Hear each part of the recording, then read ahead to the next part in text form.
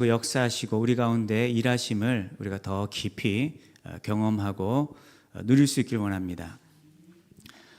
오늘도 주일이 되었습니다. 우리 함께 모여 예배합니다. 그런데요, 그런 생각을 해봅니다. 사람이 옷을 입는 일이든 음식이든 어떤 상황이든 조화로움이라는 게 있죠. 어울리고 어울리지 않는 일들이 있습니다. 그럼 제가 지금 이제 멀쩡하게 서 있잖아요. 그런데 주일 오전 예배 설교를 하는 담임 목사가 슬리퍼를 신고 반바지를 입고 러닝 셔츠를 입고 여러분 앞에 섰다면 여러분 들어오실 때 은혜가 되실까요? 당황스러우실까요? 당황스러우실 거예요. 예배는 드시겠지만 불편함이 없지 않으실 겁니다.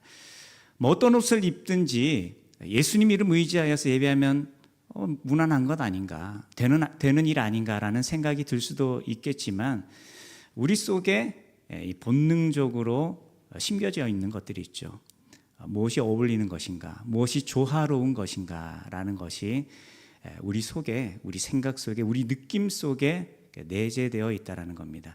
흐트러지면 불편합니다. 음식도 그렇지 않아요?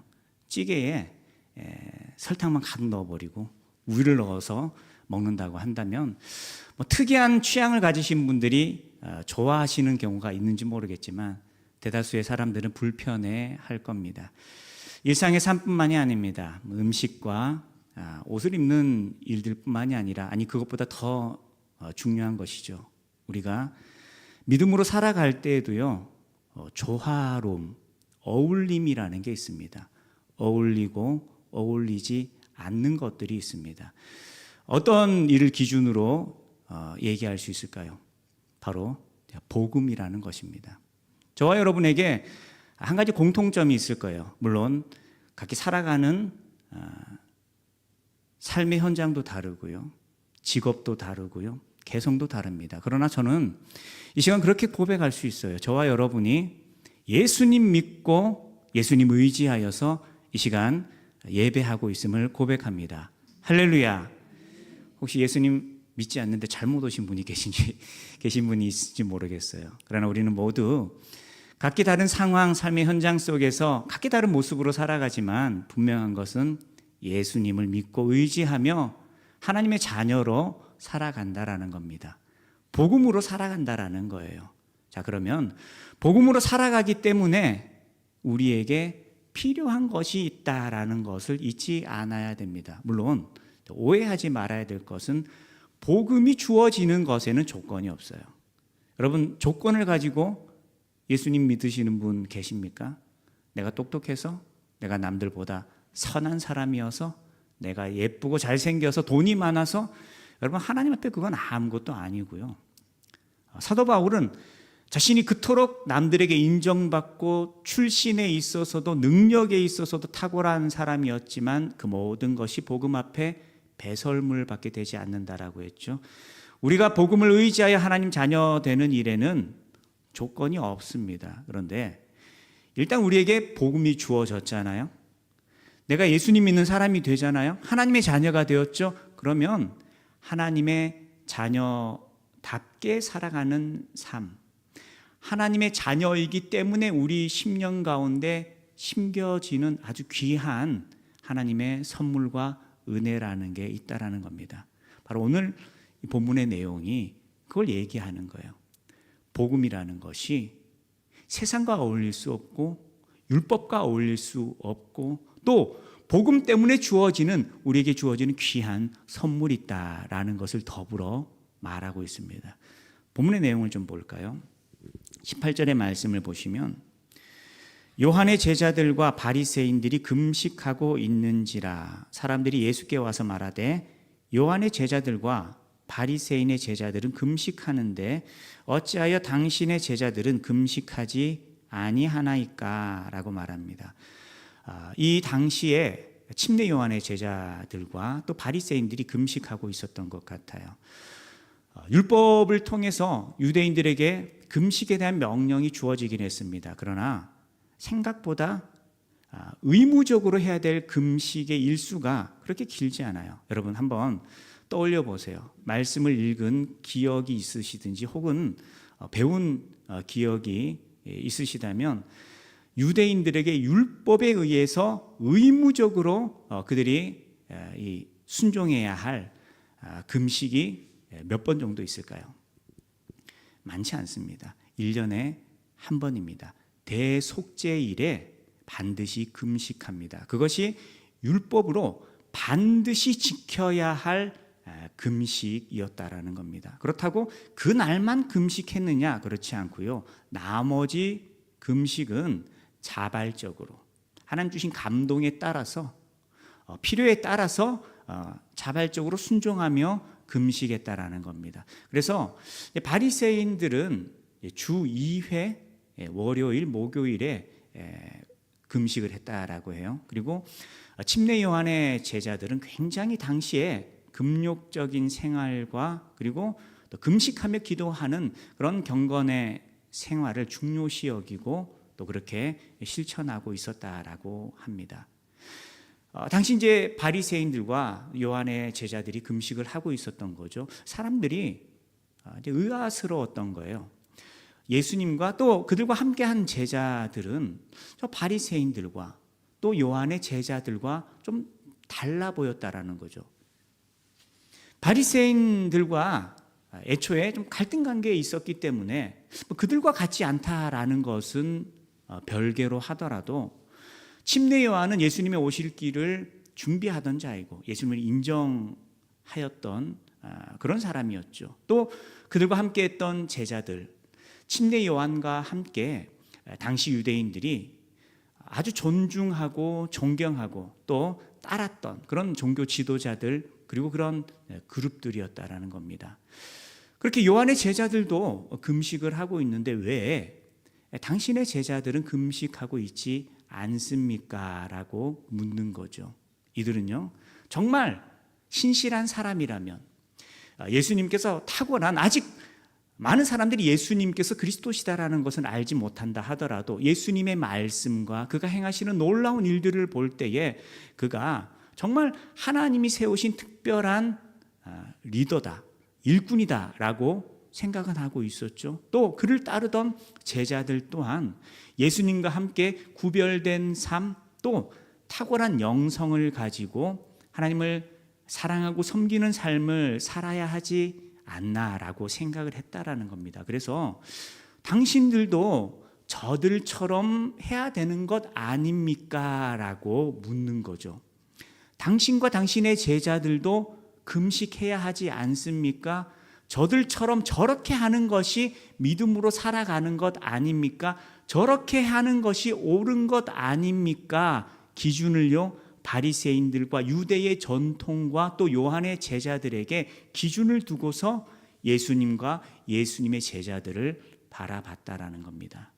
그런데 이에 대한 예수님의 대답은 다른 것이죠. 그리고 결론적으로는요, 복음이 유대의 율법과 세상과 같지 않다라는 것을 결론적으로 말씀하시는 겁니다. 오늘 저와 여러분의 삶 속에서도 우리는요, 이런 질문들을 받을 때가 있어요. 또 이런 관점을 가지고서 세상이 우리를 보며 의문을 가질 때가 있습니다. 어떨 때요? 기준이 복음에 있는 것이 아니라 기준이 세상에 있을 때 세상은요 우리를 그렇게 바라보는 거예요. 왜? 당신들은 저들과 같지 않습니까? 특별히 어떻게 비교를 할까요?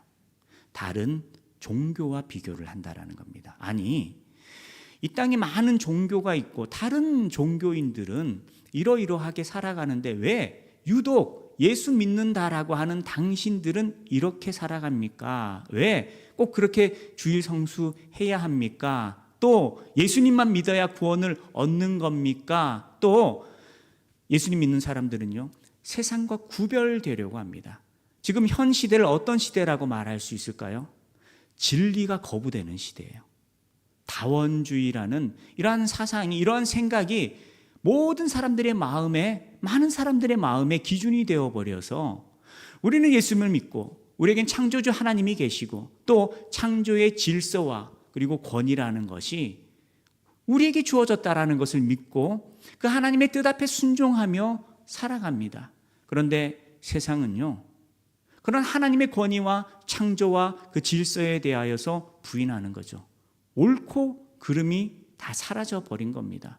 그런데요, 놀라운 건 많은 사람들이 거기에 동조하는 거예요. 심지어 종교인들도요. 그리고 더 안타까운 건 예수님을 믿는다라고 하는 교회 속에서도 기준을 바꾸어 버리는 거예요. 자, 저와 여러분이요, 남자와 여자로 이루어졌고 한 몸을 이루어서 가정을 이루고 자녀들을 낳게 됩니다. 이건 시대적인 상황에 따라서 그때그때 맞추어서 바꾸어진 것이 아니라 하나님의 창조의 질서죠.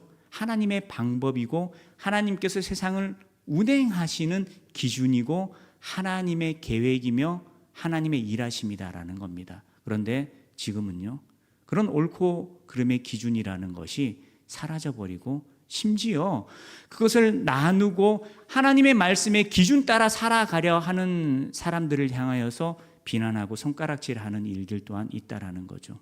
아니, 이런 삶의 모습들뿐만이 아니라 우리에게는 창조주가 계시고 또 우리에게 구원이라는 것은 그가 허락하신 예수님의 이름을 통하여서 그가 흘리신 보혈의 능력을 가지고서 우리에게 구원이 주어진다라고 우리는 믿고 고백합니다. 그런데 따지는 거예요. 왜 예수님 믿는 것에만 구원이 있냐라고 다 서로 인정하면서 좋은 게 좋은 것이라고 말할 수 있지 않느냐. 왜 그렇게 얘기할까요? 기준이 하나님께 있지 않고 기준이 복음에 있지 않으면 너무나 그럴듯해 보인다라는 것입니다. 그러나 저와 여러분은요, 고백해야 되는 것이죠. 그래, 당신의 관점에서 그 기준에서 그렇게 말할 수는 있지만 우리가 그걸 받아들이거나 우리의 신앙의 삶이 그것이 기준이 될 수 없다고, 세상이 기준이 될 수 없다고, 진리라는 것이 존재하지 않고 진리는 어디에나 다 있는 것이다라고 말하는 것, 그것은 우리의 신앙의 가치가 아니고 우리가 믿는 바가 아니다라고 우리는 고백해야 되는 것이죠. 여호와 하나님께서 천하 만물을 지으시고 또 우리에게 생명을 부어주시고 죄와 허물로 하나님과 단절되었던 우리가 하나님께서 우리를 사랑하시어서 하나님이 세상을 이처럼 사랑하사 독생자 예수 그리스도를 우리에게 허락하시고 그 아들을 믿는 자들마다 멸망치 않고 영생을 얻게끔 하나님께서 은혜 주셨다라고 우리가 고백하며 주님을 따라야 한다라는 겁니다. 여러분, 이 땅을 살아가며 우리가 이런 의문 혹은 이런 비난과 조롱 가운데 머물 때가 참 많습니다. 그런데요, 우리의 마음 또한 약해져 버려서 우리의 기준 또한 흐트러져 버려서 그냥 묻어가려 할 때도 없지 않아 많다라는 거죠. 여러분, 지켜야 돼요. 내가 예수님을 의지하면서 살아가는데 내가 연약해서 좀 더 기도하지 못하고 좀 더 전도하지 못하고 주님 앞에 좀 더 열심을 내지 못할 수는 있어요. 하나님의 자녀이지만 내가 말씀대로 헌신하고 충성하지 못할 수는 있어요. 그렇다고 하나님께서 그 인생을 저주하시고 외면해 버리시는 것 아닙니다. 회개하고 돌이킬 때에 하나님께서 긍휼히 여기시고요, 다시 새 힘을 주시고요, 회복할 수 있도록 은혜를 주신다라는 거예요. 그런데 전혀 다른 거예요. 예수님 외에 다른 것을 의지하고 나의 기준이 말씀이 아니라 세상이 되어버리고 육신이 되어버리고 세상과 타협해버리며 살아간다라는 건 전혀 별개의 문제가 되어버린다라는 겁니다. 우리에겐 기준이 있어요. 예수님의 제자들에겐 기준이 있습니다. 예수님 따르는 게 기준이지 바리새인이 기준이 아니에요. 요한의 제자들이 기준이 아닙니다. 유대의 전통과 율법이 기준이 아닙니다. 그 율법은 폐하여집니다. 그리고 예수님의 십자가를 통하여서 그 율법이 없어지는 것이 아니라 완성되어 버린다라는 거예요. 그런 예수님과 함께 있으면서 세상의 기준, 유대의 전통에 이끌려서 신앙생활 해가는 것, 그들에게 어울리지 않는 것이다라는 거죠. 이 일에 대하여서 예수님께서는 이렇게 설명을 하세요.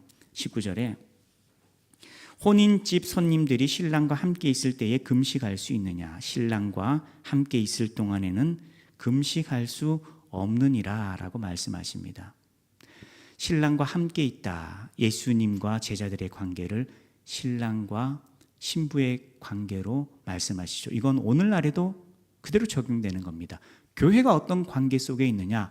예수님께서 신랑이 되시고 그 예수님의 신부된 자들이 바로 교회다라고 말하고 있죠. 그 제자들이 신랑과 함께 그 혼인잔치 가운데 있으면서 기쁨의 순간을 누려야지 금식하고 있는 건 어울리지 않다라고 말씀하시죠. 이 신랑이라는 건 예수님을 상징하며 복음을 의미하는 것입니다.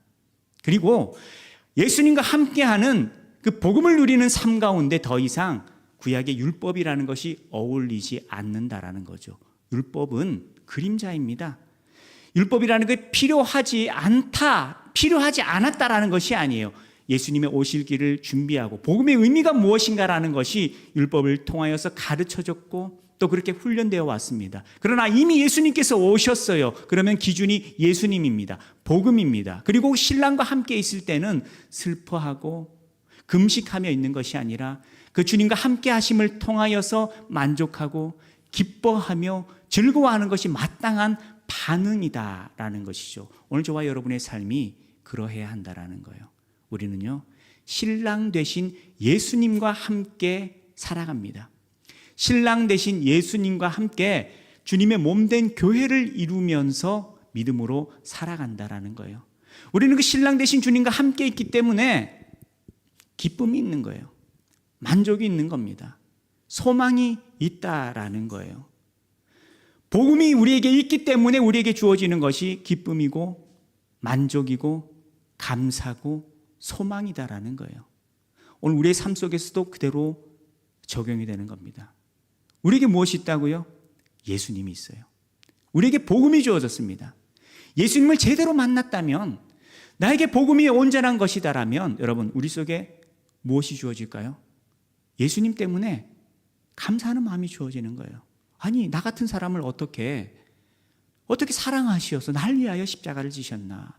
나에게 은혜를 주셔서 이 복음을 깨닫게 하셨나? 내가 믿음으로 살아갈 수 있도록 나를 인도하시나? 우리가 이렇게 고백할 수밖에 없게 된다라는 겁니다. 그래서 복음을 제대로 경험하고 복음을 의지하는 인생은요, 기뻐하고 감사하게 되는 거죠. 그리고 소망하게 되는 겁니다. 어떻게요? 복음이 없을 때는 우리에게 영원한 것이란 존재하지 않습니다. 복음이 없을 때 우리가요, 온전히 의지할 것 있지 않아요. 돈이 있죠. 사람이 있습니다. 그러나 그것이 내 영혼을 구원할 힘이 되나요? 그렇지 않아요. 그럼 세상을 의지한다고 돈이 잠깐 있다고 말 그대로 잠깐 기쁠 수는 있습니다. 여러분, 오늘 로또를 하나 샀다가 주말에 1등에 걸리면 기쁠 거예요. 그러나 영원하지는 않습니다. 그것이 내 영혼을 구원할 힘이 되지는 않습니다. 그러나 예수님의 이름은 달라요. 그 이름을 의지할 때에 우리에게 영원한 생명이 주어집니다.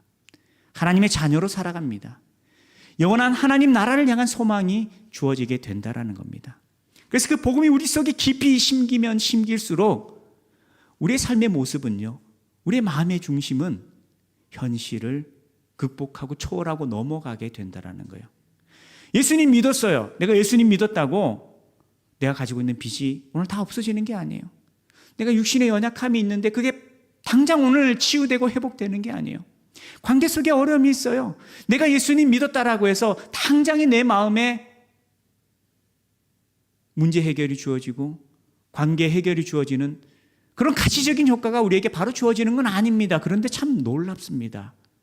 예수님이 내 속에 계시면은요, 물질의 어려움이 있는데 그것 때문에 좌절하고 절망해버리는 것이 아니라 내 속에 소망이 생겨나는 거예요. 육신의 어려움이 있을 때가 있죠. 그러나 이것 때문에 낙심하는 게 아니라, 이런 나를 예수님께서 건지시고 찾아와 주셔서 나와 함께 하시는구나. 내가 소망하고 기뻐할 수 있고 감사할 수 있는 그런 영적인 반응들이 주어지게 된다라는 겁니다. 삶을 살아가며 우리가 얼마나 많은 고난과 위기를 겪을 수가 있겠어요. 그런데 예수님 믿고 의지하는 사람들, 복음을 온전히 의지한 사람들은요, 놀랍습니다. 그 속에서 세상이 이해할 수 없는 거예요. 세상이 그것을 소화해낼 수가 없는 거죠. 그래서 예수님을 온전히 믿는 사람들을 세상이 감당할 수 없다라고 말하잖아요. 우리에게는 이유가 명확합니다. 나에게 영원한 생명이 주어지고 예수님의 이름이 주어졌기 때문에 저와 여러분은요, 그 안에서 만족하고 감사하고 기뻐하고 소망하며 살아갈 수 있다는 겁니다. 오늘 저와 여러분이 그 예수님을 믿고 의지하여서 오늘 하나님을 예배하는 거룩한 주의 성도이심을 믿고 고백합니다. 할렐루야. 그렇기 때문에 여러분 속에 담겨져 있는 십자가 은혜, 복음의 능력 때문에 여러분 속에 기쁨과 소망과 만족과 평안함이 차고 넘치기를 다시 축복합니다. 만약 나 예수님 믿는 사람인데 왜 내 속에는 염려와 근심과 불안만 가득할까라고 한다면 점검해 봐야죠. 뭘 점검해 봐야 될까요? 내가 이미 예수님 믿어서 구원 얻었어요. 우리가 천국까지 못한다 그런 얘기를 하는 건 아닙니다. 그런데 이미 구원이 주어졌고 천국 가는 하나님의 자녀이기는 한데 내 속에 온전히 예수님 모시지 못하고 살아갈 때는 여러분 그 틈을 파고드는 것들이 있어요. 세상이 들어오는 겁니다. 악한 영들이 유혹하는 거예요. 말씀이 심겨야 될 자리에 염려와 근심이 심겨지고 내가 주의 말씀 의지하여 기도의 능력으로 살아가야 될 우리가 세상 의지하고 사람 의지하며 살아갈 때에 여러분 그 속에 참된 만족이 있겠어요? 그래서 점검해야 되는 거예요. 오늘 내가 참된 평안과 만족과 기쁨이 내 속에 있는가? 그렇지 않은가? 만약 내 속에 감사하고 기뻐해야 될 이유보다 염려하고 근심하고 걱정해야 될 것들이 더 차고 넘친다라고 한다면 여러분 고백하고 기도해야 됩니다. 주님, 제가 신랑 되신 예수님께 올바로 붙어 있는 것이 아니라 나도 모른 채 주님을 떠나 있는 것이 아닐까요? 주님은 내 마음의 문을 두드리시면서 나와 함께 하시려고 하는데 내가 주님 없이 홀로 살아가려 했던 것 아닐까요? 예배는 드리는데 형식에만 치우친 채 주님과의 만남이 없는 그런 예배를 드렸던 게 아닐까요? 여러분 되물어야 한다라는 거죠. 기도해야 됩니다. 그러면은요 하나님께서 응답해 주세요. 깨닫게 해주십니다. 그게 신호예요. 다시 주님께서 우리 가운데 함께 하시고 우리를 가까이 하시려고 한다라는 거. 그리고 주님께서 우리 마음에 임하시면은요 다시금 평안이 주어지는 거예요. 소망이 주어지는 겁니다. 아, 내가 망하지 않는구나. 주님이 나와 함께 하시는구나. 새 힘을 얻을 수 있게 된다라는 겁니다. 우리가 오히려 염려하고 근심하고 걱정해야 될 것이 있다라고 한다면 세상 속에서 내가 얼마나 많은 것들을 잃었나 그것이 아니고요. 내가 주님을 잃은 사람이 아닌가라는 것을 점검하고 돌이켜야 된다라는 것이죠. 그래서 오늘 말씀도요. 신랑과 함께 있기 때문에 그동안은 금식하지 않는다라고 하죠. 그러면서 20절에 마가복음 2장 20절입니다. 그러나 신랑을 빼앗길 날이 이르리니 그날에는 금식할 것이니라. 이거 뭘 의미할까요? 예수님께서 고난받으시고 십자가 지시는 사건입니다. 제자들이 예수님과 함께 있지 못하는 거죠. 그때는 금식하며 애통해야 된다는 거죠. 그리고 예수님께서도 그들에게 말씀하셨어요. 부활하시어서 그들 가운데 나타나시어서 기도하라고, 이곳을 떠나지 말고 기도하라고. 약속하신 성령께서 임하실 때까지 두려워하고 염려하고 방황하지 말고 모여서 기도하라고. 그래서 예수님께서 승천하시고서 제자들이 어떻게 하죠? 모여서 기도합니다. 그 전에는요 그저 두려워하기만 하면서 각각 뿔뿔이 흩어져 버리고요 숨어 다니고요 갈릴리에 고기 잡으러 다니고요 각각 제 마음대로였어요. 그러나 예수님께서 기도하라라고 마지막 명령하시고 그리고 승천하신 후에 그들은요 마가의 다락방에서 기도합니다. 간절히 기도하는 거예요. 그들이 이때껏 복음을 온전히 깨닫지 못한 일들에 대하여서 회개하고 돌이키고 또 얼마나 두려워요. 예수님을 죽인 사람들이 자신들을 해하지 않을까? 왜 인간적인 염려와 근심이 없겠습니까? 세상을 살아가는 일이 왜 염려하고 근심할 일이 없겠냐라는 거예요. 그런데 걱정만 하고 슬퍼만 하고 좌절만 하는 것이 아니라 모여서 기도합니다. 왜? 약속이 주어졌거든요. 그리고 그 기도에 대해서는요 응답하시는 거예요. 역사하시는 거예요. 마가의 다락방에서 기도할 때에 오순절에 성령이 불같이 임하셔서 그들 가운데 충만케 역사하시어서 그렇게 두려워하고 숨어 다니고 고기 잡으러 다니던 그 제자들이 성령의 충만함 속에 담대하게 예루살렘 한복판에서 너희들이 죽인 그 예수님께서 부활하셨다, 그가 하나님의 아들이시다 선언하고 선포하면서 복음을 전하지 않습니까? 변화된 거예요. 어떻게 해요? 그들이 잠시 주님을 잃을 때가 있었죠. 그러나 약속을 붙들고 기도하고 소리치고 간구하고 주님을 찾을 때에 이제 육신의 예수님은 더 이상 그들 가운데 함께 있지 않아요. 그러나 누굴 만났죠? 성령 하나님의 함께 하심이 그들 가운데 부어지니 이제 더 이상 두려워하는 자들이 아니라 복음을 전하는 자들, 또 옥에 갇히고 매맞고 박해를 받으면서도 내가 어떻게 너희들이 요구하는 것, 예수 이름 증거하지 말라라는 그 요구를 내가 어떻게 듣겠냐고, 하나님의 말씀을 들어야지 내가 어떻게 사람의 말을 따르겠냐고, 그들이 오히려 담대하게 복음을 전하는 자들이 되었다라는 겁니다. 사랑하는 성도 여러분, 오늘 저와 여러분이 이 땅을 살아가면서 우리는 여러 상황과 처지에 놓일 수 있습니다. 세상은 우리를 향하여서 세상의 기준을 가지고 우리를 비난하고 손가락질하고 욕할 수도 있어요. 그러나 우리에게는 기준이, 진리가 명확합니다. 우리에게 예수님밖에 없어요. 예수님만이 그리스도이십니다. 예수님만이 우리의 구원자가 되시고, 예수님만이 우리의 영원한 생명이 되시고, 예수님만이 우리의 왕이시고 주인이십니다. 할렐루야. 그리고 그 주님이 우리 가운데 온전히 있을 때 여러분, 우리는 세상을 극복하고 이겨내는 자들이 됩니다. 주님은 변함이 없으신데 내가 변할 때가 있어요. 내가 세상을 더 사랑하고 내가 세상대로 살려고 하고 세상을 의지하며 살아가려고 할 때가 있다라는 거예요. 아닙니다. 우리에게 소망이 예수님밖에 없어요. 그 예수님 우리 속에 있을 때 우리 속에 기쁨과 만족과 소망이 회복됩니다. 차고 넘치게 됩니다. 그 주께서 우리 가운데 함께 하심을 통하여서 여러분의 심령이 담대하고 여러분이 평안하고 또 믿음으로 살아갈 새 힘을 얻고 세상과 타협하지 않고 오직 주님의 나라의 영광 위하여서 믿음으로 살아가는 거룩한 주의 백성 되길 원합니다. 그래서 예수님께서 말씀하시죠. 새 포도주는 새 부대에 넣어야 한다라고. 이거는요, 복음을 가진 사람들은요, 복음에 맞게 살아가야 한다라는 거예요. 유대 전통은, 율법이라는 것은 복음을 향한, 십자가 구원을 향한 그림자일 수는 있어도 그게 기준일 수는 없고요, 그게 본질일 수는 없다라는 거예요. 더 이상 복음에 어울리는 것은 아니다라는 거예요. 복음을 설명하기 위한 과정일 수는 있어요. 그러나 더 이상 복음이 그 율법을 안고 갈 수는 없는 거예요. 초월한 겁니다. 넘어서는 겁니다. 그리고 세상과도 어울릴 수 없는 거예요.